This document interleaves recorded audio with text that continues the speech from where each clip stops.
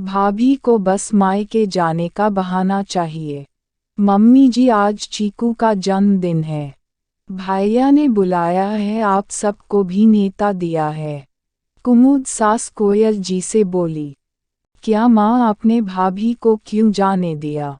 उनके मायके में हमेशा कुछ न कुछ होता रहता है। आप भी उन्हें कभी मना नहीं करती और भाभी को तो बस मायके जाने का बहाना चाहिए होता है। कुमुद के जाने के बाद गुस्से में रमा बोली। नहीं बहू, तुम और रजत ही हो आना।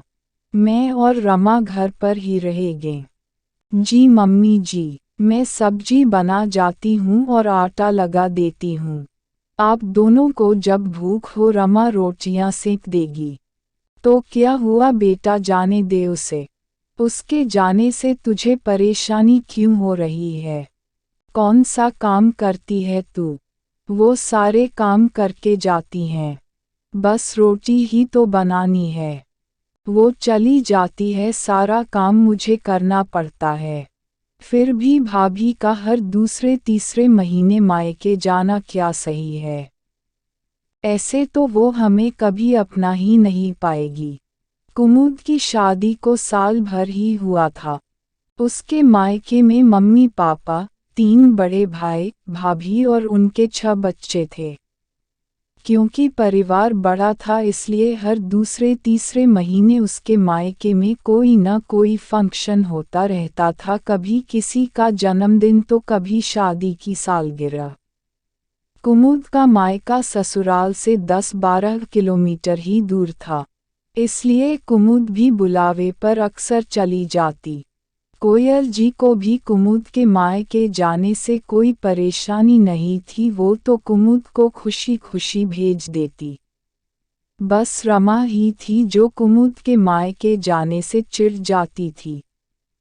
क्योंकि कुमुद के न रहने पर घर का काम उसे करना पड़ता था। तो क्या उसे मायके से दूर करके वो हमें अपना लेगी? मम्मी आप बहु सीधी हो। सलोनी की मम्मी को देखो, वो उसकी भाभी को मायके तो क्या आसपास घूमने भी नहीं जाने देती। बेटा दूसरे अपनी बहू के साथ क्या करते हैं मुझे उससे कोई मतलब नहीं, लेकिन मैं अपनी बहू पर किसी प्रकार की बंदिशें नहीं लगाना चाहती। तू आज नहीं समझेगी, कल जब तेरी शादी हो जाएगी तब समझेगी। बेटी को कितना ही प्यार करने वाला ससुराल क्यों न मिल जाए, पर मायके का मोह कभी कम नहीं होता। मायके जा कुछ देर के लिए ही सही, पर हम अपनी परेशानी जिम्मेदारी से थोड़ी देर के लिए आज़ाद हो जाते हैं।